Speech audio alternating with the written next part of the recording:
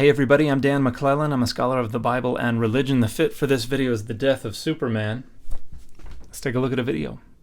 The reason we cannot eat pork as Christians leads all the way back to Genesis 6, where the Nephilim lived before and after the flood. This may be alarming and disturbing for a lot of you to hear, because in truth, it really disturbed me. All right, let's see it. Why is it that cannibals call human meat long pig? So that's a designation that was used by Pacific Islanders in the 19th century, according to mid-19th century European travelers. It has no connection to anything biblical. And how they describe human meat to taste exactly like pork. There are a variety of different accounts of the taste and texture, and while pork seems to be most consistently brought up, the accounts don't say that it tastes exactly like pork. It just says that it is similar to, that is the meat that they're familiar with that would come the closest. Why is it that pigs make one of the best organ donors for human transplant surgeries? This is just an incident of evolution. There's nothing particularly special about it, and scientists have been looking at these similarities for a long, long time to understand better their origins and the implications, particularly for human health. And here's just one example of a recent discussion regarding the nature of these similarities. Why is it that science says that pigs and humans have a common ancestor from thousands of years ago? Well, it says 70 to 80 million years ago. Changing that to thousands to make it fit a young Earth creation scenario is pretty misleading. And the reason is because we have a common ancestor from 70 to 80 million years ago. I'll tell you why. It's because pigs are human boar hybrids.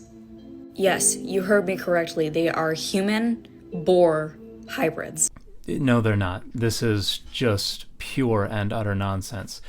That image is literally a Facebook post, and this is just a ludicrous negotiation of literal misreadings of things like the animal apocalypse from 1st Enoch and the Book of Giants and Zechariah Sitchin's made-up claims about ancient Sumerian creation accounts. There's absolutely no truth to any of this.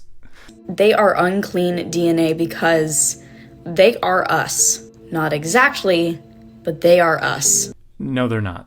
In the Book of Enoch, it describes it more clearly, but to give you guys a rundown, when the fallen angels came down and sinned upon this earth with humans, they also did the same with animals, creating hybrids that are even seen through the entire Bible. So this is all entirely made up. This is not in the book of 1st Enoch at all.